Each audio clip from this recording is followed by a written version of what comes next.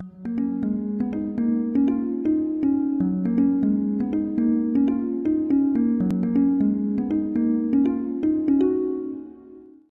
à tous, j'espère que vous allez bien. Je suis vraiment ravie de vous retrouver aujourd'hui pour une nouvelle vidéo sur la chaîne qui va être un tag. Ça commence à faire un petit moment que j'ai pas fait de tag et j'avais envie de faire un tag de Noël et c'est le Magical Bookmas tag.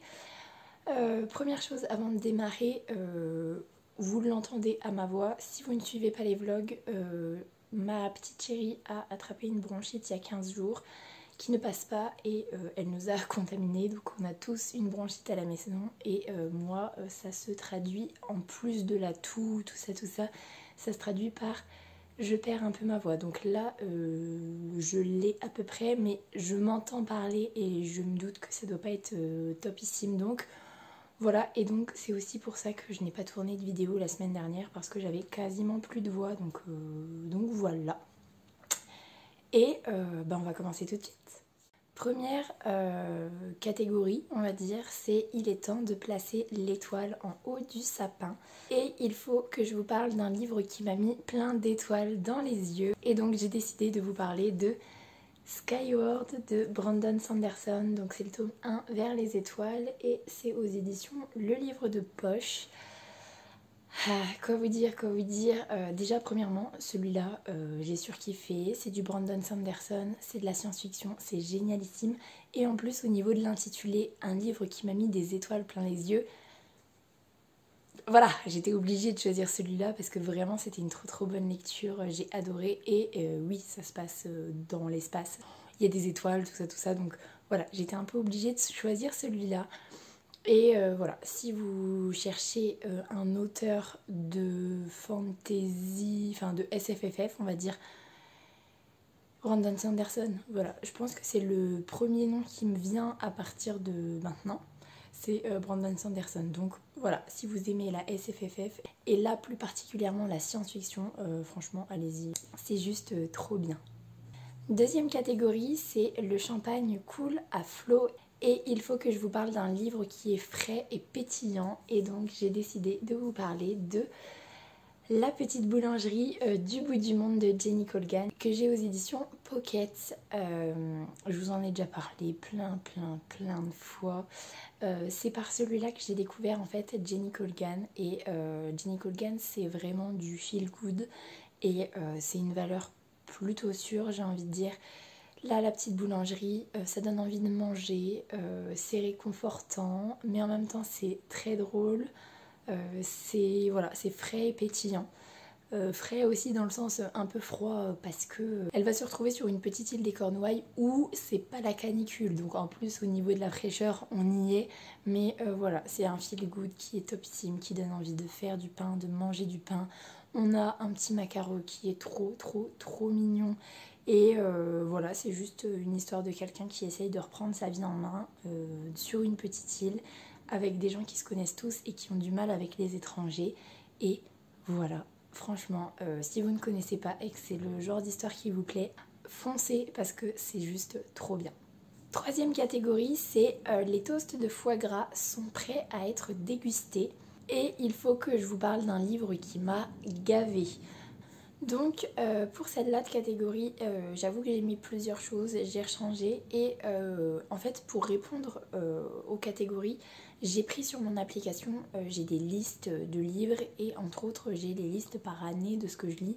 Donc je le fais depuis 2019 et en fait je suis allée voir dans année 2019, année 2020 et année 2021 ce que j'avais lu pour essayer de vous parler de livres dont je ne me souviens pas forcément ou qui ne me reviennent pas comme ça. Et que en fait si j'ai lu et quand je le vois j'ai un souvenir de l'histoire et j'ai un souvenir de si j'ai aimé pas aimé, bref. Et donc en regardant, alors je sais plus si c'était en 2020 ou en 2019, je crois que c'était même en 2019, je n'ai pas trop aimé et qui m'a quand même plutôt bien gavé, c'était Prince captif, donc le tome 1, c'est L'esclave de C.S. Paca. C'est une romance MM, c'était la première que je lisais et honnêtement celle-là en fait elle m'intriguait pas mal parce qu'en plus je savais que les personnages ils souffraient quand même pas mal à l'intérieur et vous savez que moi j'aime bien quand les personnages ils souffrent. Donc je me suis dit pour démarrer une romance MM et pour être à peu près sûre qu'en plus l'histoire me plaise, en plus c'est un univers un petit peu, pas de fantasy mais c'est quand même... je dirais pas qu'il y a un côté historique mais... si, c'est un peu de la fantaisie quand même. Bref, de la fantaisie, des personnages qui souffrent, une romance quand même. Voilà, franchement, ça ne pouvait que me plaire. Et en fait, la souffrance des personnages, je l'ai trouvée extrême, je l'ai trouvée injustifiée. Et en plus, il faut savoir qu'en fait, il y a un personnage, un des deux garçons, qui fait énormément souffrir le deuxième. Et en fait, la romance, elle, se développe entre ces deux garçons-là. Et à aucun moment, en fait, quand on te fait subir ça, tu peux passer outre et te dire que ah, il m'attire quand même vraiment beaucoup, donc du coup, ça passe. C'est pas possible, c'est vraiment pas possible. Et donc du coup, j'ai fini le tome 1, mais j'ai jamais lu la suite parce que je trouvais ça trop gros. Alors oui, j'aime quand les personnages souffrent, mais quand dans le récit c'est justifié et quand au final c'est cohérent. Et là, franchement, le fait qu'il y ait une romance derrière, bah pour le coup, non. Là, ça ne s'est pas justifié pour moi. Ça m'aurait plu, entre guillemets, si il y avait une romance, qu'il y en avait un des deux qui souffrait à l'extrême, mais une romance pas entre le bourreau et la victime, en fait. Et là, juste pas possible. Donc, voilà, celui-là, il m'a un peu gavé et un peu déçue parce que c'est vrai que c'était le premier que je lisais et j'avais envie d'une valeur sûre. Je me suis dit tout le monde en dit que du bien donc ça va le faire. Et en fait, non, ça ne l'a pas du tout fait pour moi. Voilà. Quatrième catégorie, c'est les escargots crépitent dans le four et il faut que je vous parle d'un livre qui ne fait pas l'unanimité. Et je crois, alors celui-là j'étais pas trop sûre, j'avais pas envie de partir dans des recherches de folie, mais je crois que Six of Crows de Leith Bardugo, que ici j'ai aux éditions Milan, ne fait pas l'unanimité, alors que pour moi c'est un énorme coup de cœur. J'ai adoré ma lecture du début à la fin, les personnages sont topissimes. En gros, c'est un Ocean's 11 mais version fantasy. Voilà, c'est un casse dans un monde de fantasy. C'est un casse de petits voyous entre guillemets, mais c'est le casse du siècle et les personnages sont trop bien, l'univers est trop bien, c'est incroyable quoi, en fait c'est vraiment incroyable. Mais je crois que pour le coup il y a plein de personnes qui n'ont pas aimé, donc voilà, c'est triste. Je pense vraiment que Six of Crows c'est on adore ou on n'aime pas. À mon avis on est plutôt là-dessus. Après je sais que ce qui lui est reproché des fois c'est vraiment que on rentre dans l'univers sans rien en savoir et que ça peut perdre les gens. Et c'est vrai, moi j'aime bien être plongée dans l'univers et apprendre à connaître l'univers au fur et à mesure. Et je sais qu'il y a des gens qui ne supportent pas ça. En sachant quand même que moi j'ai commencé par Six of Crows, mais normalement en fait il y a Grisha, c'est pas un préquel, mais la saga Grisha se passe avant, et d'ailleurs les livres sont sortis avant, et après il y a Six of Crows, et c'est vrai que si on rentre déjà dans l'univers par Grisha, je pense qu'on peut plus apprécier Six of Crows, je pense, et encore je suis pas trop sûre.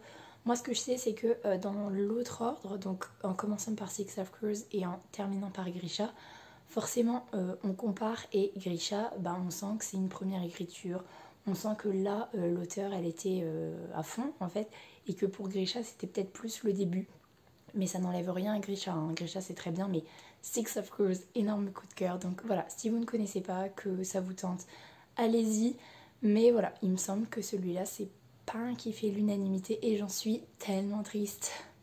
Cinquième catégorie, c'est la bûche de Noël est servie et il faut que je vous parle d'un classique qui m'a refroidi. Là je me suis dit, laisse tomber, tu vas pas trouver. Et après, illumination dans mon cerveau, je vais vous parler de La Petite Sirène de Sylvain Johnson aux éditions Ada. C'est les contes interdits en fait.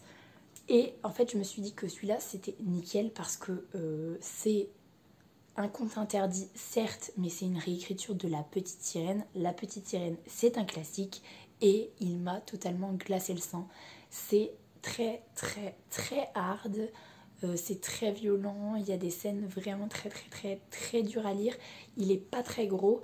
Moi je sais que je l'ai dévoré, mais il est vraiment très dur à lire et je pense qu'il y a beaucoup de personnes qui peuvent pas supporter. Vraiment, c'est même pas qu'il refroidit en fait, c'est qu'il glace le sang, tellement c'est horrible. On est presque à une écriture un peu poussée dans le hard et c'est vraiment dérangeant en fait. Mais j'en ai quand même eu un bon souvenir. Mais ça peut être vraiment très dur. Donc voilà, celui-là, faut vraiment faire attention à qui on le fait lire. Et c'est pas parce que c'est une réécriture de conte, c'est pas genre la réécriture de conte un petit peu noire. Non, non, c'est vraiment hard. Donc voilà.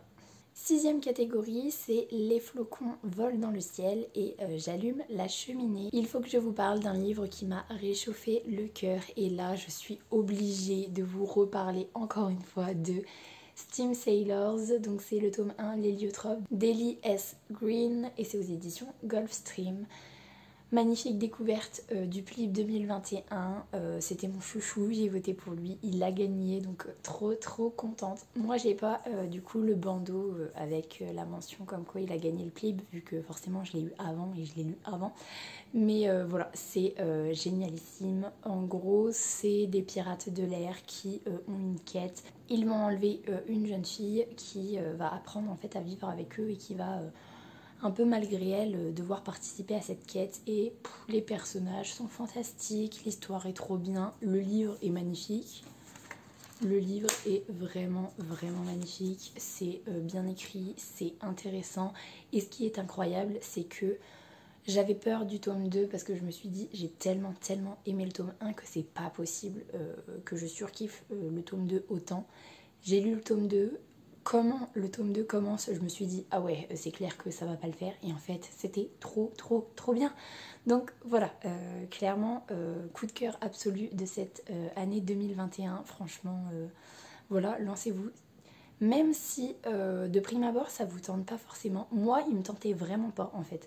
De base la couverture m'intriguait vite fait et encore. En fait je l'ai lu parce qu'il faisait partie des 5 finalistes, mais à la base j'avais pas prévu de le lire. Mais franchement, si j'étais passée à côté de Steam Sailors, mais impensable, franchement impensable. Donc allez-y, c'est aussi bien pour des jeunes que pour des adultes, donc voilà, n'hésitez pas surtout. Septième catégorie, c'est chocolat et sucre d'orge abondant et il faut que je vous parle d'un livre auquel je n'ai pas pu résister. Et je vais vous reparler encore une fois de Un sigel, les bulles de savon de Marie Vareille. Donc ça doit être aux éditions Charleston, normalement. Moi je l'ai lu sur ma liseuse. C'était un coup de cœur absolu. Marie Vareille, j'adore. Là ça parle du postpartum, de la maternité, de la grossesse, de l'acceptation de certaines choses autour de la maternité. C'est criant de vérité, c'est fort, c'est intense, c'est magnifique. Et pour moi, c'est un livre super important qui permet vraiment en fait aux gens de prendre conscience de qu'est-ce que c'est le postpartum, de oui c'est difficile, de c'est pas parce qu'on a toujours voulu un enfant que ça se passe forcément bien, de démystifier un petit peu en fait le côté de tu vas voir quand on va te poser ton bébé sur ton ventre, ça va être extraordinaire, ça va être la révélation de ta vie et je trouve ça vachement bien. Ça ne l'enlève pas en fait, ça ne dit pas que ça n'existe pas. Au contraire, il y a des personnes pour qui ça arrive et je trouve ça vraiment extraordinaire, mais je trouve que c'est vraiment bien de aussi dire aux personnes que bah, ça peut arriver que en fait on te pose ton bébé sur ton ventre et en fait c'est un étranger, tu le connais pas. C'est pas du tout quelqu'un que tu connais, ça n'a rien à voir avec la personne que tu as appris à aimer qui était dans ton ventre. C'est quelqu'un de différent, même si intellectuellement tu sais que c'est la même personne, au niveau des tripes et de ce que tu ressens, c'est différent. Donc voilà, franchement celui-là il est vraiment trop bien, j'ai adoré. Moi je l'ai lu pendant ma période du postpartum, je tenais à le lire pendant cette période-là et voilà, je le trouve génial.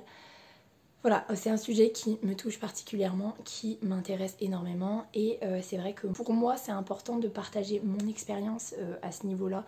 C'est important aussi de démystifier certaines choses. Je ne remets pas en question ce que certaines personnes peuvent vivre, ou la majorité, enfin je sais pas si c'est la majorité, mais c'est important aussi de dire que ça peut, y a des choses qui arrivent, il y a des pensées qu'on peut avoir et que tout le monde a, mais c'est un peu tabou, donc on n'en parle pas. Et franchement voilà, c'est trop bien.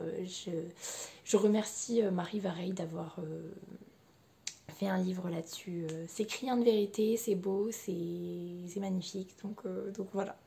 Huitième catégorie, c'est il faut aller se coucher. Et il faut que je vous parle d'un livre qui m'a empêché de fermer l'œil de la nuit. Donc je refais une petite parenthèse pour la luminosité. Comme d'habitude, hein, vous savez, là évidemment le soleil se met à popper dans le ciel. Le ciel est recouvert de nuages. Hein. Je ne vois même pas le soleil, mais à travers les nuages, il arrive à juste venir dans ma fenêtre. Voilà, c'est incroyable, mais c'est vrai. Donc c'est tout, on va faire avec. Donc il est temps d'aller se coucher, un livre qui m'a empêché de fermer l'œil de la nuit. Et là je vais prendre cette catégorie dans le sens m'a empêché de fermer l'œil de la nuit parce que je lisais tellement que je ne dormais pas en fait, tout simplement. Et je vais vous parler de L'accord de Laurie Delarose-Bill. J'avais découvert l'histoire sur Wattpad, j'avais commencé à lire sur Wattpad et j'avais jamais fini, et en fait j'ai tout relu, ça devait être cette année normalement. C'est un peu mon plaisir coupable parce que c'est en gros une fanfiction sur les personnages de Derek et Allison de Teen Wolf. Moi à l'époque je regardais Teen Wolf en plus, donc voilà, je visualisais totalement les personnages et c'est de la romance pure et dure avec une Allison qui a une vie de merde, il lui arrive tuile sur tuile. Donc voilà, moi il m'en faut pas plus pour que je sois heureuse.